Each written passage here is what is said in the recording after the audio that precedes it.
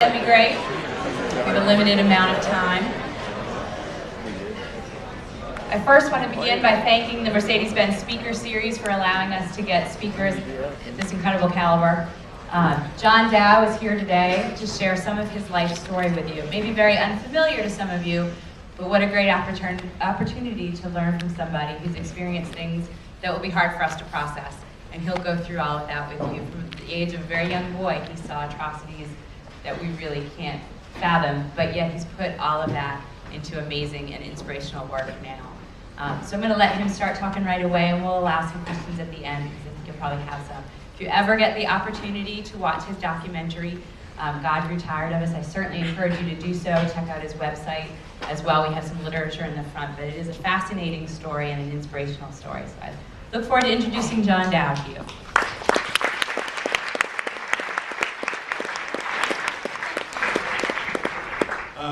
Thank you again, Christian. And as I told the other group before middle school, that your school is beautiful, very good. I like inside and out. It's just very clean. And well, I asked how old is this place, and said it's about 40 years old. You know, at 40 years old, being kept like that is just so wonderful. I like it. I saw all your other gym, 3 of them, today. Just wonderful, wonderful people and students, great. So I am honored. I'm honored to be here, invited to talk to you, share with you my life story. And my life story, as you can tell, I'm from Africa. I just came to United States about 9 years ago, and I've been here. And the reason as to why I came to United States is what I call my life story. It happened when I was young, that Sudan, some of you might have heard about Sudan, some did not. But Sudan have been fighting each other for many years. The beginning in the 18th century until today. The one that war started in 1955 and in 1972. That war was fought between North and South. Another war started in 1983 and ended in 2005. That same war, also fought between the same people, the North and South. Another war started in 2003 and it's going on right now in Darfur. That war is being fought between the North and almost the western part of Sudan. All the Muslims are fighting. But the other, we in Darfur are all Muslim, but they are black Muslim, they are African Muslim. Whereas the people in the North are Arab, they are Arab Muslims. So that's the war in our country. It is all of the above.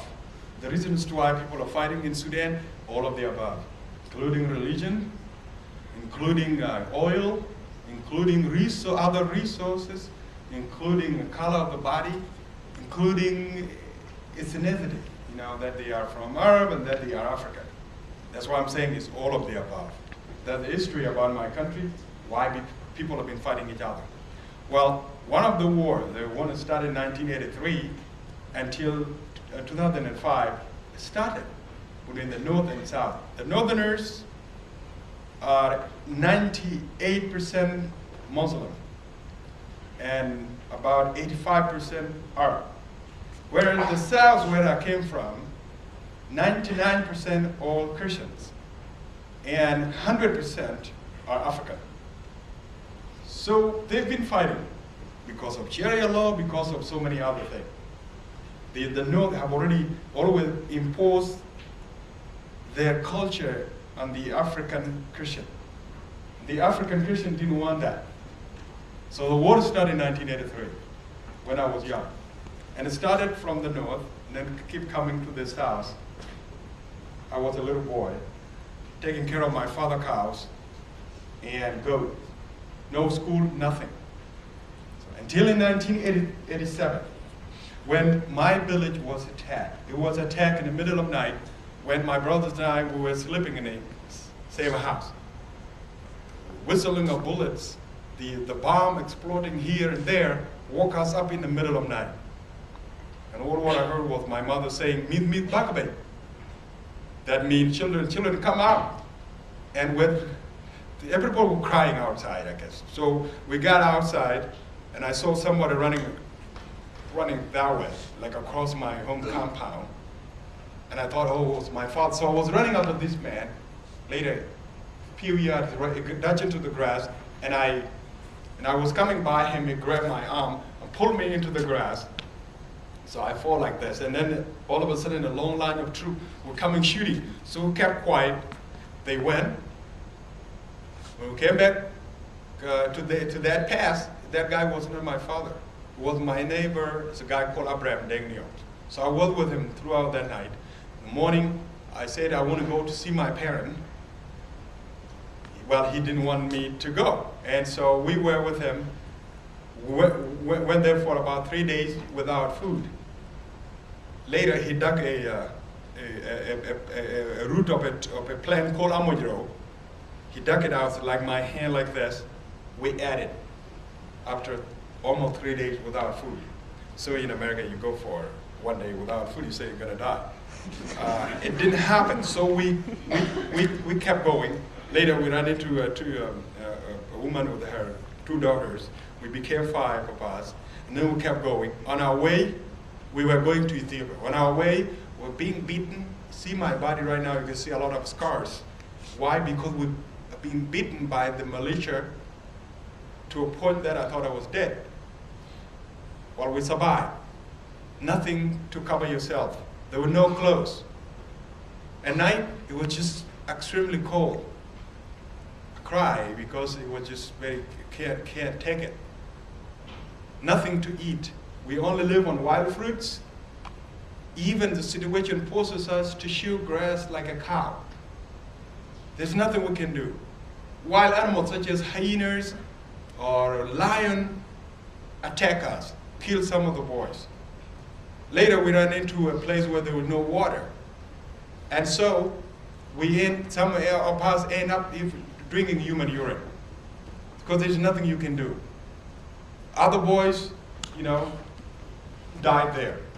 We were 27. By the time we got out of that place, we were only 4 when we got to Ethiopia. From my village to Ethiopia, it took us about 3 months struggling to get out there to safety.